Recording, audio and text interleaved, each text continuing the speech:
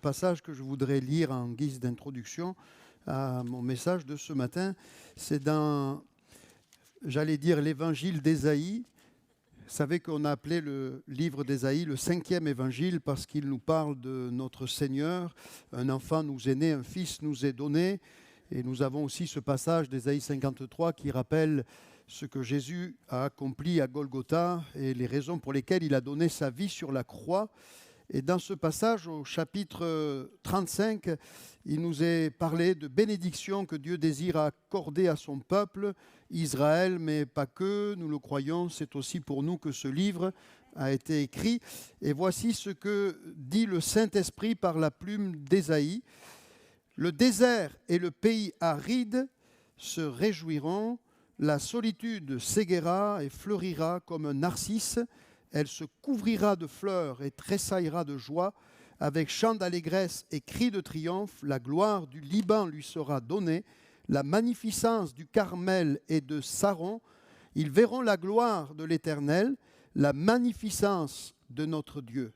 Fortifiez, les mains languissantes et affermissez, les genoux qui chancellent.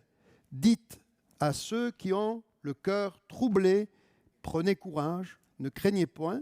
Voici votre Dieu, la vengeance viendra, la rétribution de votre Dieu. Il viendra lui-même et vous sauvera.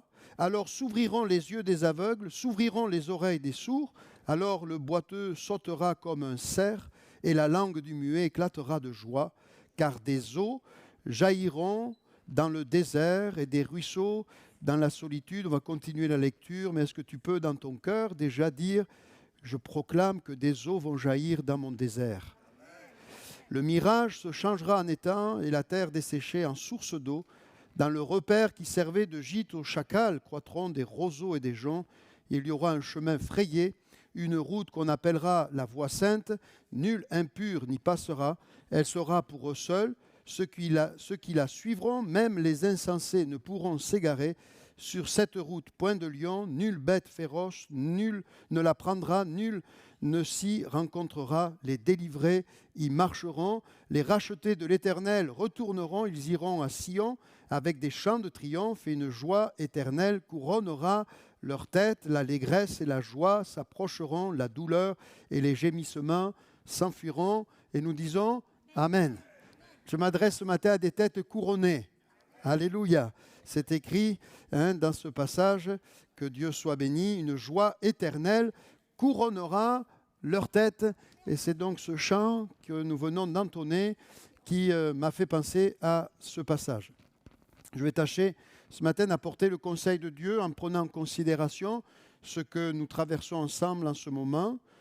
Au départ, mon message voulait aller dans le même sens que celui que Nathanaël vous a apporté la semaine dernière, même s'il vise le même objectif, celui du repos. Je n'ai pas volontairement écouté la prédication qui a été apportée la semaine dernière, mais diffusée hier sur notre chaîne, pour ne pas me laisser influencer.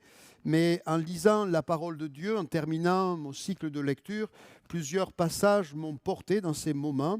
Et je voudrais donc considérer ce matin les éléments qui nous maintiendront pour certains, nous conduiront pour d'autres ou nous ramèneront encore pour d'autres petit à petit vers le repos que Dieu nous propose et que Dieu souhaite nous donner. Je tiens à m'excuser parce que je n'ai pas travaillé mon sujet comme je l'aurais souhaité, parce qu'occupé par tellement de pensées, de réflexions.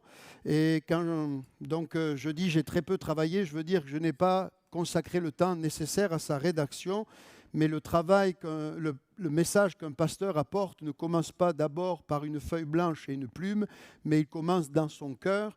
Et ne soyez pas en doute que dans mon cœur, j'ai pu penser, réfléchir et prier pour ce que je désirais vous parler et partager, qui est le fruit de mes lectures personnelles. Tout au long de ces épreuves, la parole de Dieu m'a porté, et en particulier un livre dont il sera dans quelques instants question, l'Épître aux Hébreux. Mais d'abord, je voudrais dire ceci, et m'amène à dire ceci en premier point, ou rappeler, c'est des choses que nous partageons, je ne veux pas vous apporter des choses nouvelles, je vais donc me répéter, mais je voudrais que dans ces circonstances-là, ce que je vais rappeler puisse résonner de manière toute particulière et que nous puissions prendre avec beaucoup de considération cette exhortation. La Bible déclare, et donc c'est mon introduction, dans cette épître d'ailleurs, sur laquelle dans quelques instants on va revenir plus en détail. Hébreux, écoutez, chapitre 1, verset 3. Le texte biblique nous dit, alors ça manque ici, mais ça commence ainsi, le Fils Jésus. Bon, je vais lire ma traduction parce que ce n'est pas tout à fait la même. Le Fils est le reflet de sa gloire et l'empreinte de sa personne. Alléluia. Le Fils soutient toute chose par sa parole puissante. Il a fait la purification des péchés et s'est assis à la droite de la majesté divine dans les lieux très hauts. Amen. Je me suis posé cette question, je vous la pose. Croyez-vous que si la parole puissante, est-il dit, du Seigneur soutient le monde, pensez-vous qu'elle est en mesure de soutenir nos propres vies et nos propres existences? Nous sommes, quand on considère bien les choses, des vers de terre, pas grand-chose. Même si nous pensons parfois être grands, brillants, ça peut nous arriver, mais en réalité, l'homme est semblable à l'herbe qui passe et qui est là pour un temps. Mais la Bible me dit que le monde, cet univers gigantesque, impressionnant, vertigineux, est soutenu, écoutez bien, non pas par les lois que Dieu a instituées, mais par la parole de Dieu. C'est Dieu qui tient ce monde, c'est Dieu qui soutient ce monde. C'est Dieu qui fait que ce monde reste le même et semaine après semaine, saison après saison, année après année, la terre tourne, etc. Les lois de l'univers, je ne suis pas un scientifique, je ne vais pas me hasarder et courir un risque de dire des bêtises, mais nous savons que des lois régissent l'univers, mais qui a institué ces lois? C'est Dieu. Et ce monde, la Bible nous dit, la Bible affirme que ce monde a été créé du néant. Il n'y avait rien au commencement. Rien, pas tout à fait. Il y avait Dieu. Et la Bible nous dit, Genèse 1 nous dit que par sa parole, le monde que nous connaissons fut créé. Il dit, point de suspension, la lumière et la vie, etc. Je ne vais pas donner toutes les étapes qui nous sont données.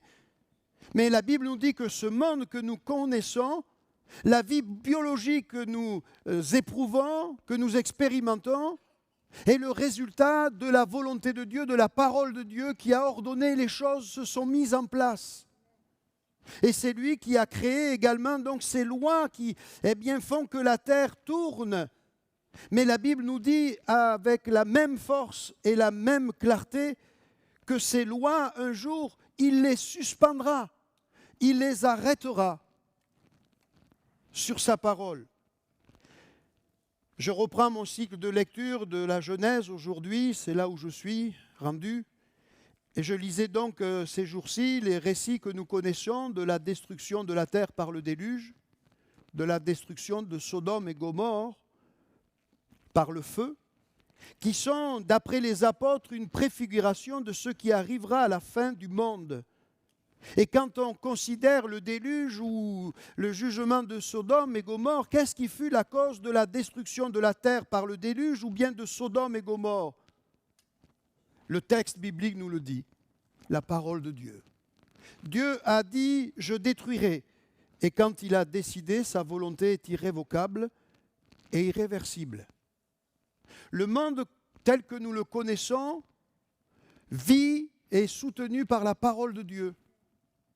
Mais un jour, ces éléments qui nous semblent éternels seront ébranlés par le Seigneur et sa voix. Dans 2 Pierre chapitre 3, écoutez ceci, nous lisons « Voici déjà, bien-aimés, la seconde lettre que je vous écris. Dans l'une et dans l'autre, je cherche à éveiller par des avertissements votre saine intelligence, afin que vous vous souveniez des choses annoncées d'avance par les saints prophètes et du commandement du Seigneur et Sauveur enseigné par vos apôtres. Sachez avant tout que dans les derniers jours, il viendra des moqueurs avec leur raillerie et marchant selon leur propre convoitise. Ils disent, où est donc la promesse de son avènement? Car depuis que les pères sont morts, tout demeure comme dès le commencement de la création. Ils veulent ignorer, c'est ce que je vous ai dit maladroitement, que des cieux existèrent autrefois par la parole de Dieu, ainsi qu'une terre tirée de l'eau est formée au moyen de l'eau, et que par ces choses le monde d'alors périt submergé par l'eau, mais par la même parole, le Saint-Esprit rappelle ce que nous avons lu dans l'Hébreu, par la même parole, les cieux et la terre d'à présent sont gardés par le Seigneur, et cette parole est réservée par cette parole qui la soutient aujourd'hui pour le feu, pour le jugement, pour le jour du jugement de la ruine des hommes impies. Mais il est une chose, bien-aimés, que vous ne devez pas ignorer, c'est que devant le Seigneur, un jour est comme 1000 ans, et 1000 ans sont comme un jour. Le Seigneur ne tarde pas dans l'accomplissement de la promesse, comme quelques-uns le croient, mais il use de patience envers tous, envers vous, ne voulant qu'aucun périsse, mais voulant que tous arrivent à la repentance. Le jour du Seigneur viendra comme un voleur. En ce jour, les cieux passeront avec fracas, les éléments embrasés se dissoudront, et la terre, avec les œuvres qu'elle renferme, sera consumée. Puisque tout ceci est en voie de dissolution, dira l'apôtre, il nous exhorte à marcher avec le Seigneur. Ces textes, mon introduction, nous rappellent que la parole puissante a le pouvoir de porter et de soutenir nos vies, et que ce monde vit avec un équilibre par cette parole toute puissante. La vie ici-bas n'est pas un long fleuve tranquille. Nous connaissons tous des luttes et nous ne voulons pas mesurer ou comparer les difficultés des uns et des autres comme pour mettre des graduations. Et croire en Dieu et marcher avec le Seigneur, nous apprenons rapidement, ne nous épargne pas les difficultés, les souffrances auxquelles nous pouvons les uns et les autres être exposés. Lisez les psaumes, c'est ce que je fais pratiquement chaque mois, les 150 psaumes. Et vous en serez convaincus. Je vais vous faire une confidence. Je chante les psaumes et des fois, je me dis, mais David, moi j'ai envie de bénir le Seigneur et tu te plains. Mais d'autres fois, Dieu soit béni, David, par ses psaumes, se plaignait et j'avais aussi envie de me plaindre. La parole rejoignait ma souffrance, la parole rejoignait ma difficulté, la parole rejoignait mon expérience. Et ce livre des psaumes que nous appelons et que j'appelle moi aussi le recueil de cantiques, de louanges, c'est le livre d'adoration par excellence que nous trouvons dans la Bible. Des louanges extraordinaires, je peux vous en assurer, sont exprimées dans ce livre. Mais si vous lisez bien ce livre, ces psaumes, ces 150 psaumes, vous verrez que quasiment tous les psaumes, même ceux où nous trouvons une grande part consacrée à l'adoration du Seigneur, je pense aux 5 notamment derniers psaumes, expriment tous malgré tout, à un moment donné, après avoir proclamé la grandeur, la puissance de Dieu, la beauté du Créateur, expriment tous la lutte que le croyant éprouve, que le croyant vit. Je cite seulement quelques déclarations pour nous en convaincre. Psaume 13. « Jusqu'à quand, Éternel, m'oublieras-tu sans cesse? Jusqu'à quand me cacheras-tu ta face? Jusqu'à quand aurai-je des soucis dans mon âme et chaque jour des chagrins dans mon cœur? Jusqu'à quand mon ennemi s'élèvera-t-il contre moi ?» Le psalmiste ici dit à Dieu sa peine, exprime devant Dieu sa détresse. Et ce psaume, vous le savez, se termine bien, on ne prend pas le temps de le lire, mais le psalmiste déclare, malgré ce chaos qu'il endure, mais j'ai cette confiance que l'Éternel est quelque part avec moi. Dans le psaume 18, au verset 35 et 36, je disais, il y a quelque temps en arrière, je voudrais que le Seigneur arrête d'exercer mes mains au combat, mais je disais à l'Église, je crois que toujours ici-bas et quelque part, ça nous maintient. Mais le psalmiste dira, il comprendra face à ces luttes et ces combats, il exerce mes mains au combat. Et dans les luttes et le combat que je vis, le texte biblique nous dit, et mes bras tendent l'arc des reins. Je vous rappelle ces flèches de délivrance sur lesquelles nous avons partagé, qu'Élisée avait suggéré à un roi qui malheureusement s'est limité à lancer 3 flèches. Mais David dira, moi je ne suis pas de ceux-là. Mon bras va tendre l'arc d'airain encore en 2026, en janvier, en février, en mars, en avril, en mai, en juin, en juillet. Enfin, vous avez compris quoi, hein? Tous les mois de l'année, mais je peux passer tous les jours, le 1er, le 2, le 3, le 4, enfin bref. Mes bras tendent l'arc d'airain. Et vous avez un arc, tu me donnes le bouclier de ton salut, ta droite me soutient et je deviens grand par ta bonté. Alléluia. Dans le psaume 41, autre combat que le psalmiste vit. Et nous savons que ce sera une application aussi à ce que le Seigneur va endurer avec Judas.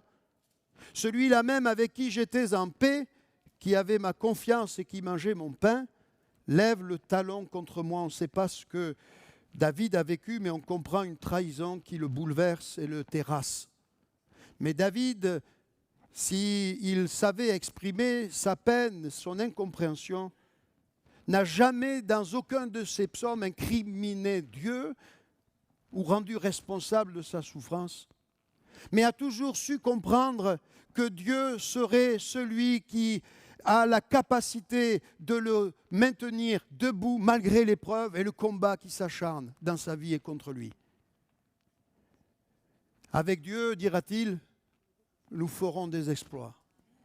L'Éternel est avec moi, je ne chancellerai pas, même dans les moments les plus difficiles. Je pourrais vous citer des psaumes tout entiers. Ceux-ci s'appuient sur leurs chars, ceux-là sur leurs chevaux. Dieu les bénisse. Nous, on n'a qu'un appui. Il peut paraître faible, mais en réalité, il est puissant. Nous, nous nous appuyons sur le nom de l'Éternel. Eux, ils plient et ils plieront un jour. Nous, nous tenons ferme et nous franchirons la ligne d'arrivée par la grâce de Dieu. Peut-être avec des blessures, des commotions, mais nous aurons la victoire. Ce que je veux que nous retenions dans ce préambule, c'est que pour continuer à avancer dans nos luttes présentes, nous avons besoin plus que jamais de remplir nos cœurs, nos pensées, écoutez bien. Mais même la Bible nous dit nos bouches de la parole de Dieu.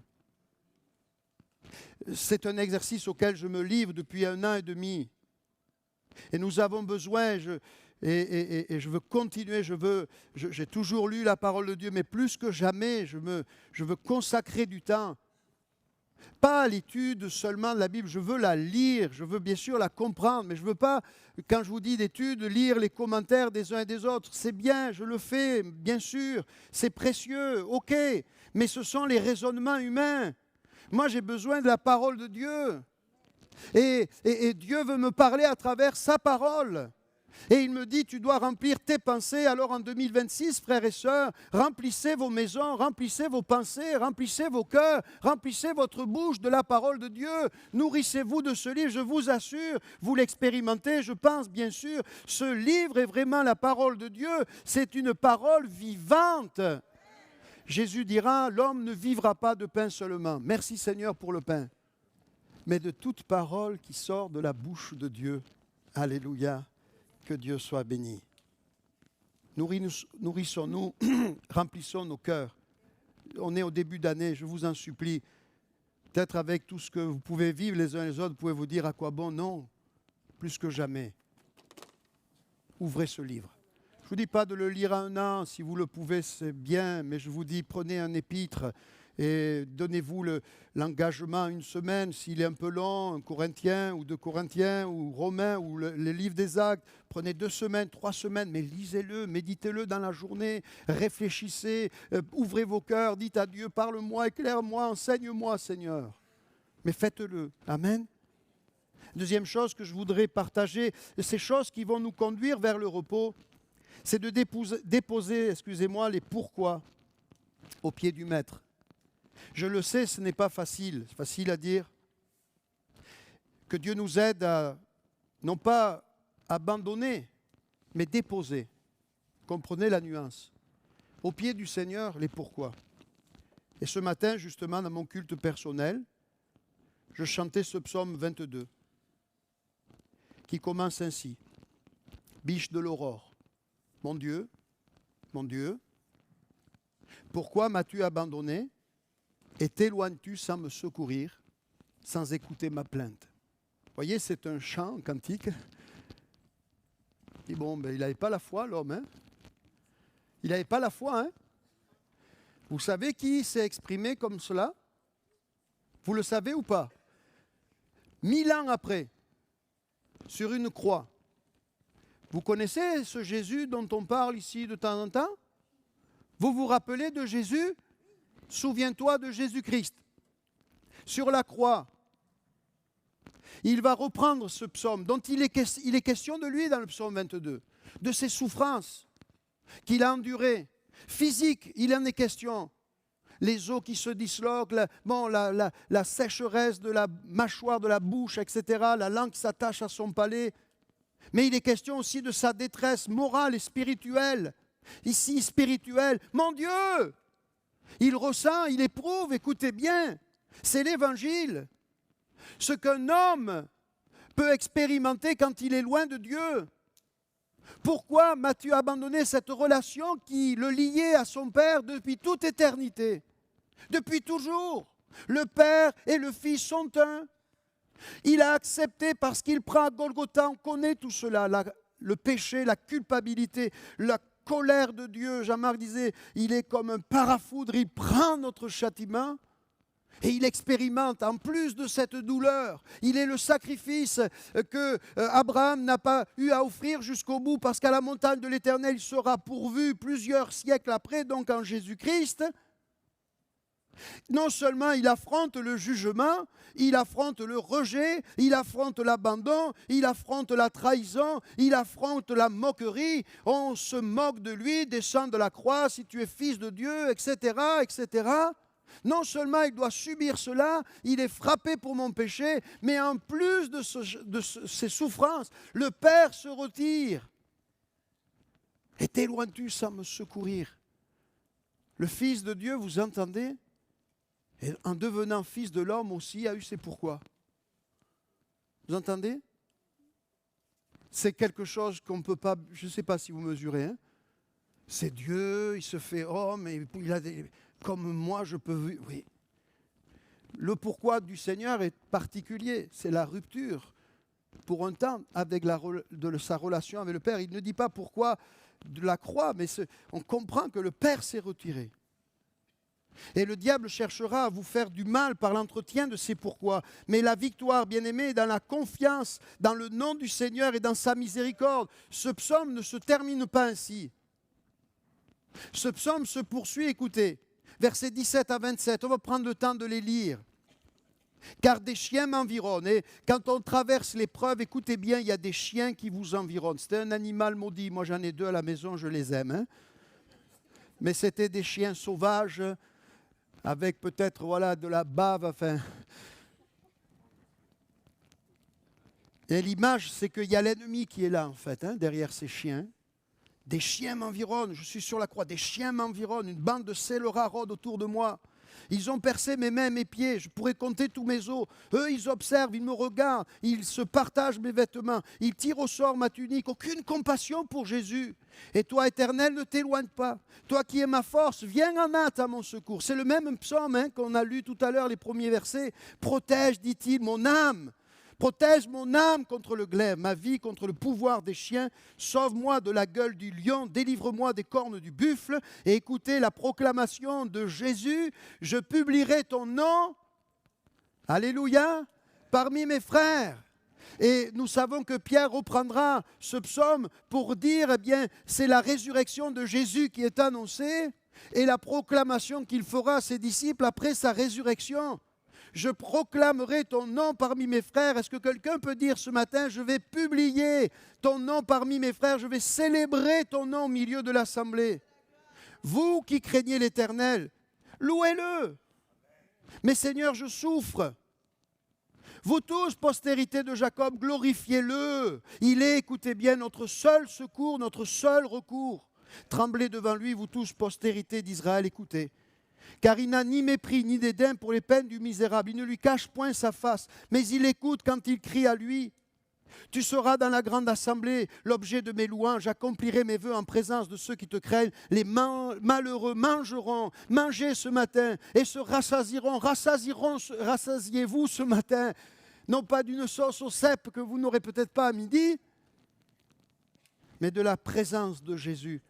Ceux qui cherchent l'Éternel. Ceux qui cherchent l'Éternel. C'est précis, hein? Ceux qui cherchent l'Éternel le célébreront. Et le Saint-Esprit nous dit que votre cœur vive à toujours. Amen. Que ton cœur vive à toujours. Dieu ne condamne pas le pourquoi exprimé, mais Dieu encourage les croyants à ne pas entretenir sans confiance les pourquoi. Apprenons à les déposer au pied du Maître, au pied du Seigneur. J'en viens où je retourne maintenant à l'Épître aux Hébreux. Je vous parle avec mon cœur ce matin. Je n'ai pas pris le papier, mais en lisant cette épître, j'ai noté des versets par rapport à ce que nous traversons et vivons. Et hier, je disais à Nathanaël, je n'ai pas préparé mon message, je l'ai fait maintenant un peu. Hein. C'est un brouillon que je vous apporte. Mais c'est le fruit de mes réflexions. Et je prie que ces choses puissent être comme une bouée pour plusieurs. Écoutez ce que dit l'auteur de l'Épître aux Hébreux. Il s'adresse à des croyants qui souffrent et qui sont tentés d'abandonner la foi parce qu'ils subissent la persécution de la part de Juifs.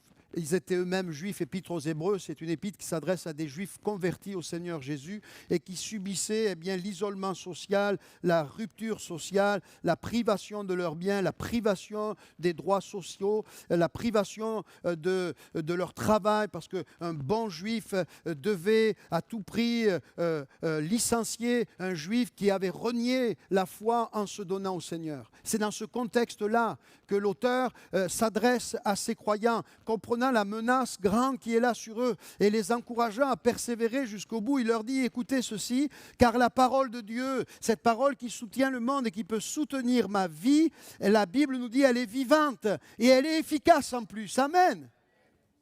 Elle est plus tranchante qu'une épée quelconque à deux tranchants, pénétrante jusqu'à partager âme et esprit, jointure et moelle. Elle juge les sentiments et les pensées du cœur. Le Saint-Esprit nous dit, nulle créature n'est cachée devant lui, mais tout est nu et découvert aux yeux de celui à qui nous devons rendre compte. Mes sentiments, mes émotions, mes réflexions, mes pensées, mes projets, mes objectifs en fin de vie, tout cela est à nu devant Dieu. Ainsi, puisque nous avons un grand souverain sacrificateur qui a traversé les cieux, Jésus, le Fils de Dieu, demeurons fermes dans la foi que nous professons. Et c'est là qu'il est dit, car nous n'avons pas un souverain sacrificateur qui ne puisse compatir à nos faiblesses. Au contraire, il a été tenté. Le mot tenté, le verbe tenté, ce n'est pas simplement il a été tenté par le mal, hein, l'adultère, le vol. Le mot tenter, c'est éprouver. La tentation, c'est une épreuve. La tentation, elle peut résonner comme, à travers ces choses que j'ai évoquées, et bien d'autres. Mais le mot tenter, c'est éprouver. Et le texte biblique nous dit, il a été éprouvé comme nous en toutes choses. Regardez sa vie, lisez les détails de sa vie. Mais le texte biblique nous dit, sans commettre de péché. Et le texte biblique nous rajoute, approchons-nous donc avec assurance, sans trembler, sans craindre, du trône du jugement. Tu vas être foudroyé, mon ami. Ah, c'est quoi? Qu'est-ce qu'elle dit, Mireille? Ah, excusez-moi. Je n'ai pas bien lu. Écoutez, il y a un trône au ciel, hein? Amen. Aujourd'hui, ce trône, c'est le trône de la grâce. Et le texte biblique me dit, approche-toi avec assurance du trône de la grâce, afin d'obtenir miséricorde et de trouver grâce pour être secouru dans nos besoins. Amen. Une fois de plus, avec ces versets, nous revenons sur l'œuvre de la parole de Dieu dans nos vies. Ici, l'auteur dit qu'elle est comme une épée tranchante. Cette épée, elle n'est pas là pour faire du mal ou tuer. Si vous lisez bien le texte, Le texte nous dit qu'elle vient séparer jointure et moelle, âme et esprit. Elle vient en réalité, cette parole, quand nous la méditons, la lisons ou l'écoutons comme nous le faisons ce matin, faire une opération, non pas chirurgicale, ou chirurgicale de l'âme. Je ne sais pas si ça se dit, mais une opération spirituelle. Qui comprend qu'il a besoin d'une intervention chirurgicale dans son âme? Il n'y a pas un médecin au monde qui est capable de vous mettre sur son bloc opératoire et vous dire, écoute, ce matin, on va t'opérer, on va faire une opération à âme ouverte. Vous avez déjà entendu ce genre de médecin? On va faire une opération à âme ouverte et on va faire, voilà, que l'âme qui est blessée par diverses choses, une artère bouchée ou un problème, je ne sais pas, on va agir sur cette âme pour, on va mettre des stents. Vous comprenez l'absurdité de la chose, hein? Mais c'est volontaire, vous amenez, et on veut entrer dans ce bloc parce qu'il existe. Ce bloc opératoire, il existe. C'est dans la présence de Jésus. Et je veux dire, Seigneur, oui, fais une opération à âme ouverte. Oui, mais là, c'est l'âme. Parce que l'homme est capable, le cœur biologique, hein? Je parle volontairement de l'âme parce qu'on parle d'autre chose, hein? L'âme. Cette parole soupèse les pensées de notre âme et veut opérer un partage entre notre âme et notre esprit. Courtement, l'âme, c'est le siège de nos raisonnements, nos pensées, nos sentiments, notre volonté propre, nos désirs humains, pas forcément répréhensibles du reste, hein? Il y a des désirs qui sont sains, et c'est bien d'en avoir. On forme des projets, et c'est bien. L'esprit, c'est la partie qui abrite la présence même de Dieu en nous, croyants, nés de nouveau, baptisés de surcroît du Saint-Esprit. L'esprit, c'est là où Dieu vient nous parler, nous remplir. C'est cette partie de nous qui ne mourra jamais et qui a besoin ici-bas, dès à présent et pour l'éternité, de la présence de Jésus. Et il vient séparer âme et pensée. L'âme brouillée par la souffrance peut étouffer la voix de l'esprit. Et j'ai besoin que par la grâce de Dieu, de la parole de Dieu, j'ai besoin par la grâce de Dieu, de son secours, alléluia, mais j'ai besoin aussi d'amener, de déposer, nous avons dit les pourquoi au pied du maître, nous avons besoin aussi de l'action du Saint-Esprit. La parole sans le Saint-Esprit est une lettre qui tue, c'est une lettre morte. La parole sans le Saint-Esprit, c'est asséchant. Si vous comprenez pas, si nous ne comprenons pas que cette parole est esprit et vie, Jésus le dira, celui qui boira mon sang, mangera ma chair, ne pourra vivre, hein, ou il le dit de manière positive, affirmative, celui qui boira mon sang vivra, etc. Vous connaissez, hein? Car ma chair est une nourriture, mon sang un breuvage, et des gens sont scandalisés, comment ça, tu nous appelles au cannibalisme? Non! Jésus dit à la fin de ce passage, pour ceux qui ont eu le courage de rester, cette parole que je vous dis est esprit et vie. La chair ne sert à rien, c'est l'esprit qui vivifie. Et nous avons besoin, Dieu soit béni, savez-vous que le ministère du Saint-Esprit ne s'arrête pas, n'est pas terminé, alléluia. Mais même la Bible nous dit, si vous lisez bien, après la croix, la souffrance. Je pensais à ces passages, on a partagé avec Nathanaël, quand Jésus meurt, les disciples ne comprennent pas. Ils vivent un véritable drame pour eux. Ils ne pensaient pas à la mort, ils pensaient au trône, ils pensaient que Jésus allait régner. C'était leur conception théologique. Voilà leurs idées qu'ils avaient dans l'esprit. Et ce Jésus qui, marche sur l'eau, arrête la tempête, guérit l'aveugle, ressuscite le mort, fait des miracles. Il va continuer, il va établir son règne sur la terre et les nations, selon les prophéties, vont affluer à Jérusalem, c'est ce qu'ils ont à l'esprit, mais quand ils voient la croix, ils sont ébranlés, secoués, ils ne comprennent pas. Et même le texte biblique va plus loin, disant que plusieurs, malgré le témoignage de quelques-uns, ne croient pas que Jésus fut ressuscité, parce que toute leur vie est ébranlée à la croix. Mais là où je veux vous amener à la croix, qu'est-ce qui se passe quelques jours après, 50 jours après? Une effusion de l'esprit comme jamais dans l'histoire humaine. Au point que la prophétie de Joël va se réaliser. Le Saint-Esprit est répandu sur toute chair, sur le serviteur, c'est-à-dire l'esclave, le non considéré par les hommes. sur tout être humain, le vieillard et l'enfant. Alléluia, recevront l'onction et l'action du Saint-Esprit. De ses souffrances a jailli dans le désert un courant d'eau qui veut nous toucher, nous visiter ce matin. Amen. L'âme brouillée par la souffrance peut étouffer la voix de l'Esprit. La parole vient faire la différence entre ce que je ressens et ce que Dieu dit. Et mon travail, ça va aller, et ça doit être d'aller. Ça sera mon seul secours. D'aller vers ce que Dieu dit. Et d'arriver pas après pas, ce n'est pas évident. Moi, je ne suis pas encore pleinement guéri de certaines choses, je vous le dis, je confesse. Mais j'ai une ferme détermination à aller de pas en pas vers la guérison. Et je veux me focaliser sur ce que Dieu dit. Et je veux dire que ce que Dieu dit est la vérité, ce que je pense, c'est un mensonge. Quand tout est confus à moi, ce n'est pas d'abord une solution dont j'ai besoin, mais d'une parole qui vient de Dieu, qui remet de l'ordre. Alléluia. L'esprit sans la parole peut devenir émotion, les deux ensemble produisent transformation et persévérance.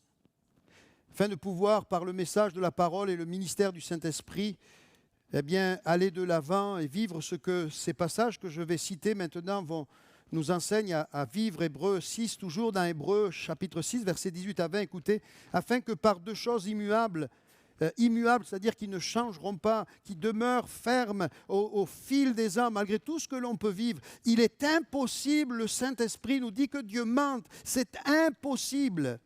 Afin que par ces deux choses immuables, nous trouvions quoi? Un puissant encouragement, nous dont le seul, unique refuge a été de saisir l'espérance qui nous était proposée. Et cette espérance, nous la possédons, écoutez bien, comme une ancre de l'âme, sûre et solide, qui pénètre au-delà du voile, là où Jésus est entré pour nous précurseurs. Il n'est plus à Golgotha, il n'est plus dans le tombeau, il est au ciel. Et les textes et la parole de Dieu nous amènent comme une ancre, elle amène mon âme dans le lieu où Jésus est présent, là où Jésus est entré pour nous comme précurseur, ayant été fait souverain sacrificateur pour toujours, selon l'ordre de Melchisédek. Peu importe comment vous le prononcez, hein? Melchisédek, bon, c'est un sacerdoce intransmissible, éternel. C'est le sacerdoce que Jésus possède. Hébreux 10, versets 19 à 23. Ainsi donc, frères, nous avons au moyen du sang de Jésus une libre entrée dans le sanctuaire. Et c'est ce que l'ennemi veut nous priver. C'est ce que l'ennemi ne veut pas que nous vivions. Mais le Saint-Esprit nous dit, nous avons par le sang de Jésus, une libre entrée dans le sanctuaire, par la route nouvelle et vivante qu'il a inaugurée pour nous au travers du voile, c'est-à-dire de sa chair. Et nous avons un souverain sacrificateur établi sur la maison de Dieu, encore une fois. Et là, le texte biblique, approchons-nous donc avec un cœur sincère, dans la plénitude de la foi, les cœurs purifiés d'une mauvaise conscience et le corps lavé d'une eau pure. Retenons fermement la profession de notre espérance, car celui qui a fait la promesse est fidèle. Est-ce que tu peux dire, il est fidèle? Alléluia. Ces choses que nous avons partagées ont la capacité de nous conduire dans la présence de Jésus aujourd'hui, qui est seul capable d'apporter à nos cœurs, à nos âmes, le repos dont nous avons les uns et les autres besoin. Je vais jusqu'au bout, permettez-moi, tant pis si le temps, je ne sais pas depuis combien de temps je partage, mais dans cette épître, beaucoup de choses qu'on aurait pu retenir, je m'arrête qu'à considérer quelques passages. Dans l'épître aux Hébreux, un peu plus loin, presque à la conclusion de son épître, l'auteur va dire aux croyants, éprouvez la chose suivante. Nous donc aussi, puisque nous sommes environnés d'une si grande nuée de témoins, on y reviendra dans quelques instants, rejetons tout fardeau et le péché qui nous enveloppe si facilement et courons avec persévérance dans la carrière qui nous est ouverte. Oui. Comment rejeter le fardeau, Seigneur? Comment même rejeter le péché? C'est impossible, humainement parlant. Mais le texte biblique nous dit il y a quelque chose qui est la solution, que tu dois faire, que je dois faire. Ayant les regards sur le pasteur. Vous allez être Nathanaël, hein, surtout sur Nathanaël. Non? Ayez les regards sur votre compte en banque. Certains sont contents en vérifiant, bon, les milliers sont toujours là. D'autres, c'est rouge là en ce moment, ça veut dire quoi? Moi, au Crédit Agricole, il y a un soleil qui, des fois, il devient... Enfin, et puis, des fois, c'est l'orage, c'est la pluie. Hein, pour annoncer le... Bon, on comprend. Il ne faut pas trop regarder en ce moment. Hein. Il y a eu les impôts, il y a eu toutes sortes de choses. Bon, bref. Mais la Bible, justement, elle me dit, non, ne regarde pas ton compte en ligne. Il y en a qui regardent que ça, même parmi les croyants. Hein. Même parmi les croyants. Mais le Saint-Esprit me dit et me rappelle. Jean-Paul, Église d'Alès. Et le regard, l'expression est précise. Hein. Ayez les regards sur Jésus. Et le texte biblique nous dit, ce Jésus qui suscite la foi, qui réveille la foi, qui l'amène dans un cœur, mais plus encore, qui l'amène à la perfection, qui la consolide, qui la fortifie, qui la rend forte et inébranlable. En échange de la joie qui lui était réservée, il a souffert, lui, la croix, méprisé l'ignominie et s'est assis à la droite du trône de Dieu et considéré, l'auteur nous dit, regardez à ce Jésus, non seulement dans le ciel, sur le trône, mais regardez à sa vie terrestre, celui qui a supporté contre sa propre personne une telle opposition de la part des pécheurs, afin que vous ne vous lassiez pas l'âme découragée. Notre seule force pour avancer, c'est de ne cesser tout au long de cette année de diriger, de fixer nos regards exclusivement sur Jésus. Lui seul est l'auteur et le soutien de ma foi. Parfois, je pense que le résultat de ce que je vis qui est bien est le résultat de ma fidélité et de ma force personnelle ou de quelque part mes mérites. Je fais illusion, je me trompe. C'est uniquement l'effet de la grâce de Dieu. N'abandonnons pas notre assurance, nous dit l'auteur. N'abandonnez pas votre assurance à laquelle est attachée une grande rémunération. C'était l'enjeu pour ces croyants. Et l'auteur dit, n'abandonne pas ton assurance à laquelle était attachée une grande rémunération. Hébreux 10, hein, et on a lu tout à l'heure Hébreux 12. On va rapidement, très rapidement, Nathanaël, tu peux venir, l'équipe de louange, vous pouvez venir, regarder, considérer le chapitre 11. Nous connaissons, c'est par la foi qu'ils vainquirent des royaumes, etc. Mais le texte biblique nous dit, c'est dans la foi, qu'ils sont tous morts, sans avoir obtenu les choses promises, mais ils les ont vus et salués de loin, reconnaissant qu'ils étaient étrangers et voyageurs sur la terre. Ceux qui parlent ainsi montrent qu'ils cherchent une patrie. S'ils avaient en vue celle d'où ils étaient sortis, ils auraient eu le temps d'y retourner. Mais maintenant, ils en désirent une meilleure, c'est-à-dire une céleste. C'est pourquoi Dieu n'a pas honte d'être appelé leur Dieu, car il leur a préparé une cité. Amen. C'est dans la foi qu'ils sont morts, sans obtenir les choses qui leur avaient été promises. Je relis, en ce moment, je vous dis la Genèse. Et il est question de la foi d'Abraham. Oui, il est devenu père à l'âge de 100 ans. Qui a envie de devenir père à l'âge de 100 ans? Bon, ça va bien, hein, les langes, les couches. Mais le texte biblique nous dit, j'ai relu ses promesses, je te donnerai cette terre. Il n'a jamais possédé de son vivant. Si une partie de terre qu'il va payer 400 késitas, je crois, pour ensevelir son épouse.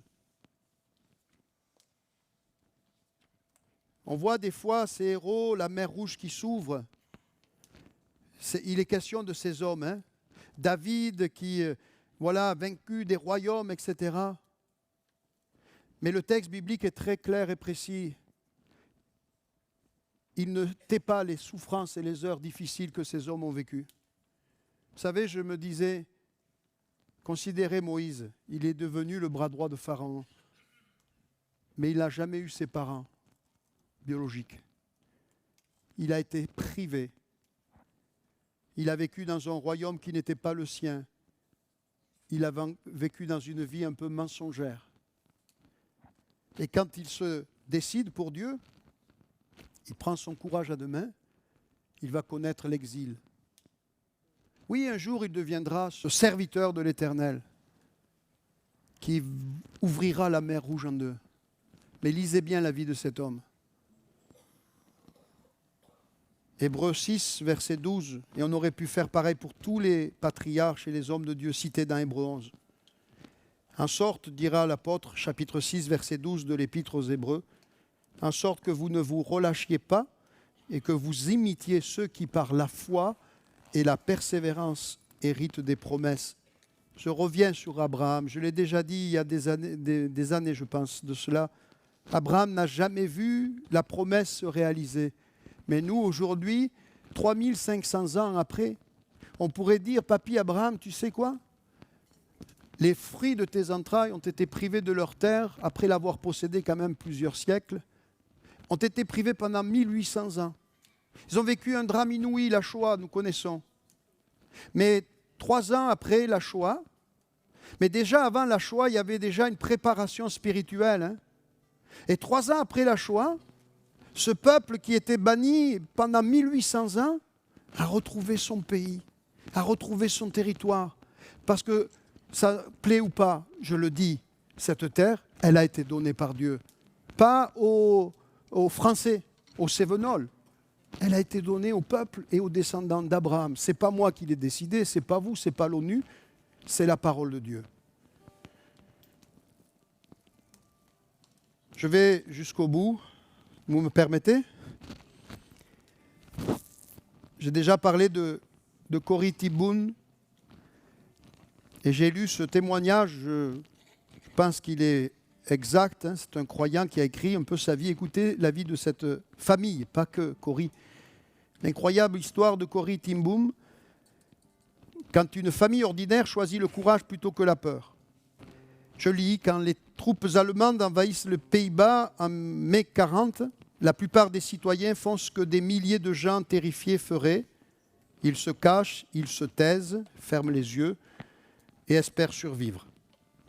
Mais la famille Tiboun, elle a choisi d'ouvrir sa porte.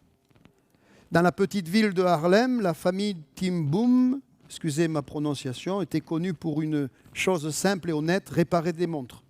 Depuis des générations, ils vivaient de ce métier artisanal dans une petite boutique d'une ville que je ne nommerai pas pour pas... Corrie, elle avait déjà marqué l'histoire. En 1922, elle devient la première femme horlogère certifiée des Pays-Bas. Son père, Casper, 80 ans passés, était respecté et aimé. Betsy, sa sœur, gérait la maison, des gens simples, une famille comme tant d'autres, jusqu'au jour où l'occupation rendit la normalité impossible. Quand l'injustice frappe, certains détournent le regard, d'autres ouvrent leur cœur. Peu à peu, les Juifs de leur quartier disparaissent. Registres, arrestations, déportations, étoiles jaunes cousues comme des marques de honte. Quand Casper voit cela, le papa de Corrie, quand Casper voit ses voisins forcés de porter l'étoile, il en met une lui-même. Un acte simple, une déclaration immense. Puis en mai 42, une femme juive frappe à leur porte, elle a tout perdu, elle tremble, elle n'a nulle part où aller. Casper ne réfléchit pas une seconde. Dans cette maison, le peuple de Dieu sera toujours le bienvenu. Ce fut la première, jamais la dernière. Une maison ordinaire, une pièce secrète, une résistance qui sauve des vies. Très vite, une famille rejoint la résistance néerlandaise. Leur maison devient une gare clandestine, un refuge pour des persécutés. Un architecte clandestin construit une chambre secrète dans la pièce de Corrie, un espace minuscule où 6 personnes peuvent tenir debout, serrées, silencieuses. Il y a un système d'aération caché, une alarme capable d'être entendue dans toute la maison. Ils s'entraînent encore et encore, à toute heure du jour et de la nuit, à la seconde où la sonnette d'alerte retentit, les réfugiés doivent disparaître derrière le faux mur. Leur vie dépend de quelques secondes. Pendant 2 ans, écoutez bien, leur maison devient un sanctuaire. Ils nourrissent, rassurent, déplacent des gens vers d'autres refuges. Ils distribuent de fausses cartes de rationnement. Chaque coup frappé à la porte peut être le salut ou la catastrophe. Ils sauveront en tout près de 800 vies. 28 février 1944, on ne comprend pas.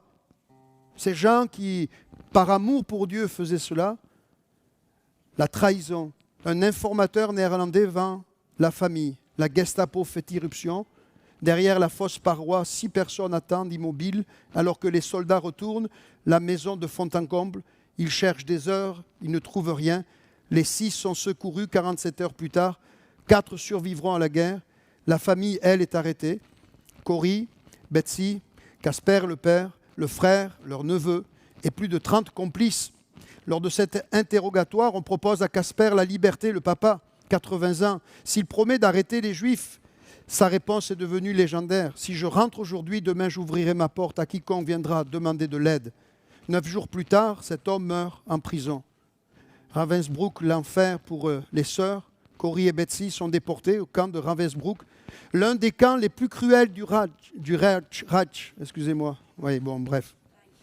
La faim, la maladie, la brutalité quotidienne. Pourtant, elles parviennent à faire passer une petite Bible. Chaque nuit, loin de s'en prendre à Dieu, elles organisent des réunions secrètes. Dans cet enfer, elles deviennent des phares de compassion. Des dizaines de femmes y trouvent foi et espoir. Betsy, s'affaiblit, meurt en décembre 1944, pourtant avoir certains témoignages dit avoir eu un songe, la libération des 2 sœurs. Quelques jours avant sa mort, elle murmure à Corrie, « Il y a une fosse si profonde que l'amour de Dieu ne soit plus profond encore. » 12 jours plus tard, Corrie, sa sœur, sera libérée. Par erreur administrative, une semaine après, toutes les femmes de son âge sont gazées. Le retour à la vie brisée, Corrie rentre aux Pays-Bas. Elle a perdu son père, Betsy, son neveu, son frère, mais elle choisit de ne pas s'arrêter là. Elle ouvre un centre pour survivants et même pour ceux qui avaient collaboré avec les nazis. Parce que, disait-elle, écoutez, la guérison commence quand on offre la grâce. Puis elle voyage dans plus de 60 pays, elle écrit La Cachette, un livre devenu mondialement célèbre, et en 1947, dans une église de Munich, elle vit son plus grand test. Un ancien gardien de Ravensbrück lui tend la main. Il dit avoir trouvé la foi, il sait que Dieu lui a pardonné, mais il veut l'entendre d'elle. Corrie tremble, les images reviennent, le froid, la peur. Betsy, qui meurt, sa sœur, peut-elle pardonner l'impardonnable ? Seigneur, aide-moi, dit-elle, je peux lever ma main, donne-moi le reste. Elle tend la main, une chaleur incroyable la traverse. Je vous pardonne, mon frère, de tout mon cœur. C'est ce jour-là, dit-elle, qu'elle a compris la puissance réelle de l'amour. Corrie ten Boom s'éteint le 15 avril 1983, le jour de son 91